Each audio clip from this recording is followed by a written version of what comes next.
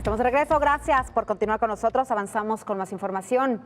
Mire, reitera el canciller alemán Olaf Scholz que Europa seguirá pagando en euros el suministro de gas, esto en respuesta a Rusia. Europa seguirá pagando en euros a Rusia. El canciller alemán Olaf Scholz reiteró este jueves que los pagos por el suministro de gas procedente de Rusia se seguirán realizando en euros. Es la respuesta a Vladimir Putin, quien amenazó con suspender contratos si los países que llamó inamistosos no pagan en rublos. Hemos examinado los contratos de suministro de gas y otros suministros.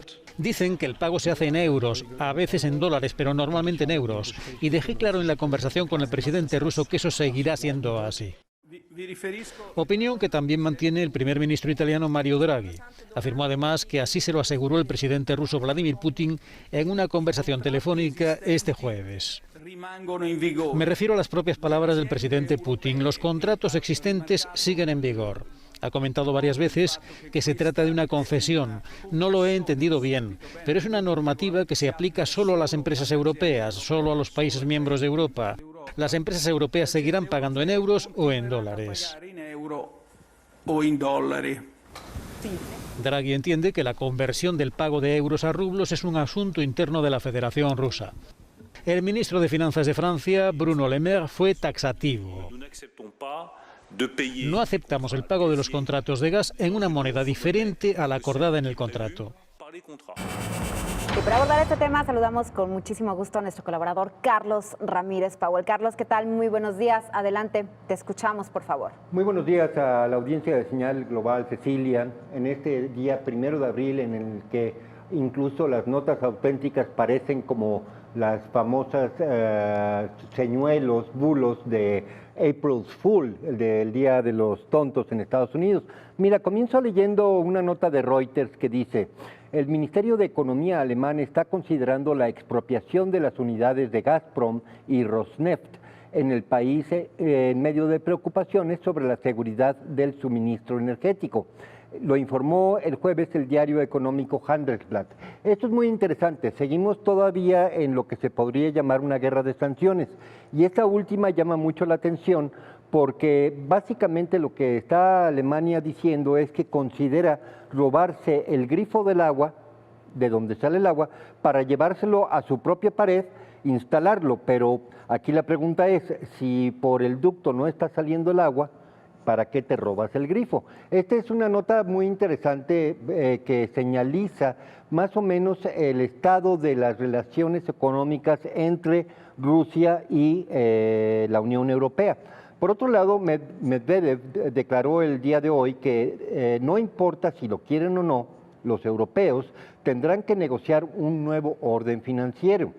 Y la voz decisiva estará entonces con aquellos países que tienen una economía fuerte y avanzada, finanzas públicas saludables y un sistema monetario confiable, y no con los que inflan sin cesar su deuda pública, poniendo en circulación cada vez más papeles que no están respaldados por la riqueza nacional. Básicamente lo que está señalizando Medvedev en esta directriz es de que a la hora de recibir euros el banco Gazprom inmediatamente va a poner esos euros en el mercado Forex para cambiarlos por rublos. Esto le pone un piso sólido al rublo en todo el tapete comercial. Mira, tenemos el rublo, después de haber llegado en el inicio de las sanciones a 146 rublos por dólar, actualmente se encuentra en 84. Por otro lado, se estabiliza su precio frente al oro, en donde vemos básicamente una situación en donde se va llegando a lo que Vladimir Putin decretó como el intercambio de 5,000 rublos por gramo de oro. Entonces, lo que tenemos a continuación es, primero, la derrota de las sanciones en su primera instancia, pero hay otro tipo de sanciones muy interesantes que hay que recordar. Por ejemplo, Europa y Estados Unidos se han lanzado a la cacería de los yates de los magnates y oligarcas y billonarios rusos para confiscarlos. Ciertamente que la flotilla de yates de los millonarios rusos no es pequeña, estamos hablando de navíos que tienen de eslora entre 140 y 180 metros de largo. Estamos hablando de precios que oscilan de los 140 millones de dólares a los 650 millones de dólares. Ahora bien, aquí la pregunta es, ¿cuál es la lógica de confiscar yates de millonarios? Pongo un ejemplo, si hubiese una disputa diplomática entre Andrés Manuel López Obrador y Joe Biden, ¿qué le daría derecho a Estados Unidos de confiscar el yate de Azcárraga estacionado en Miami? Básicamente lo que está haciendo Estados Unidos es generar lo que se podría llamar un castigo colectivo a los rusos con base a las acciones de su gobierno, como si los rusos fueran monolíticos y no fueran una sociedad pues básicamente similar a la de Europa y a la de Estados Unidos en cuanto a términos de libre mercado y de inversión financiera. Sin embargo, mira, Rusia ha respondido de una manera muy interesante frente a las sanciones.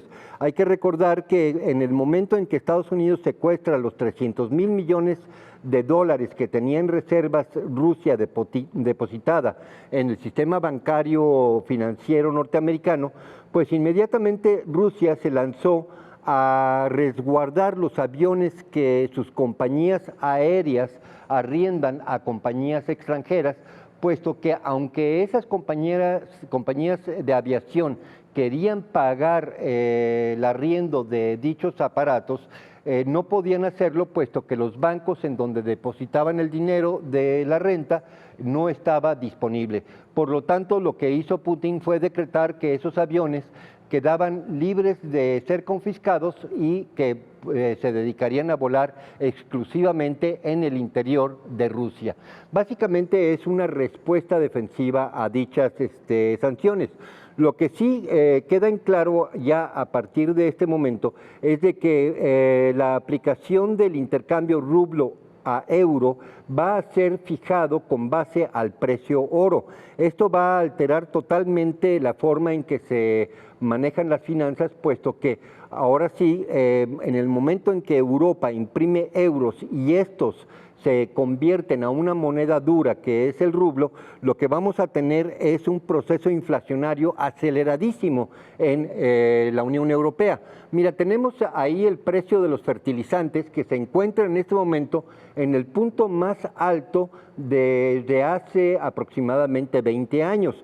En otras palabras, lo que tenemos ahí es la constatación de que el entorpecer el intercambio internacional hace que Rusia y China y Ucrania, principales exportadores de fertilizantes en el mundo, no lo puedan hacer eficientemente y por lo tanto generan una señal de precio elevadísima que tiene en este momento en crisis a todo el sector agropecuario europeo.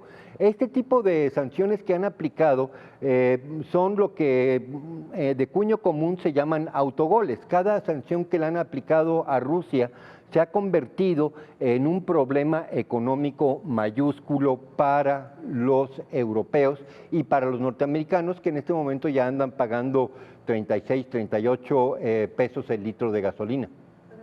Precisamente en una de las notas en donde pues hablábamos de la liberación de reservas de crudo para aliviar el incremento del precio de los combustibles en los Estados Unidos, en donde el presidente Joe Biden decía que los norteamericanos no tenían que pagar las consecuencias o las sanciones impuestas a Rusia, ¿no? El mismo presidente de Estados Unidos lo estaba reconociendo. Bueno, mira, soltar 1 millón de barriles diarios de la Reserva Estratégica Norteamericana para intentar estabilizar los precios del petróleo. Mira, 1 millón de barriles diarios extras dentro del suministro normal norteamericano realmente no va a hacer mucho efecto. Hay que recordar que Estados Unidos viene de producir 17 millones de barriles de petróleo diarios en 2019, actualmente está produciendo 12 millones de barriles de petróleo diarios. Hay un faltante de 5 millones que se tiene que suplir en mercados internacionales. Agregarle 1 millón a la mezcla directa de la reserva estratégica es una solución de corto plazo. Putin está jugando un juego de largo plazo, mínimo 1 año.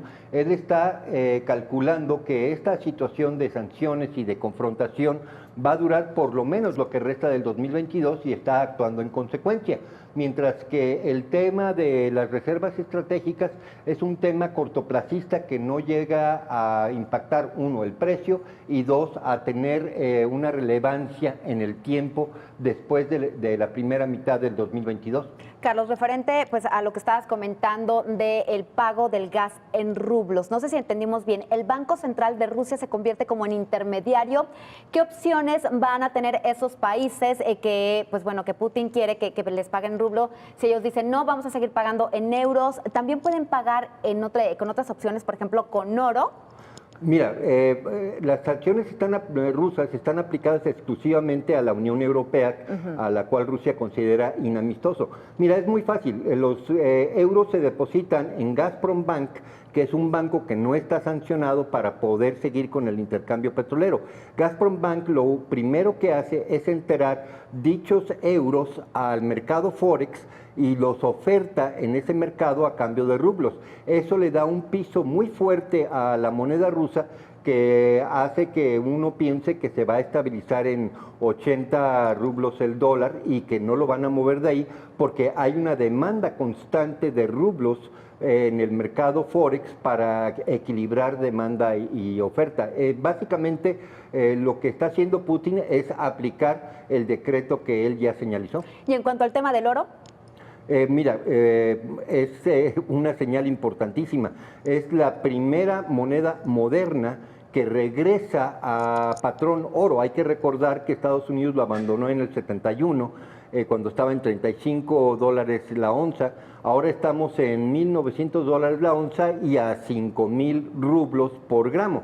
Básicamente Rusia regresa al patrón oro para fortalecerse y para exponer la debilidad inflacionaria del sistema monetario internacional. ¿Eso quiere decir que el rublo está respaldado o estaría respaldado ya con el oro?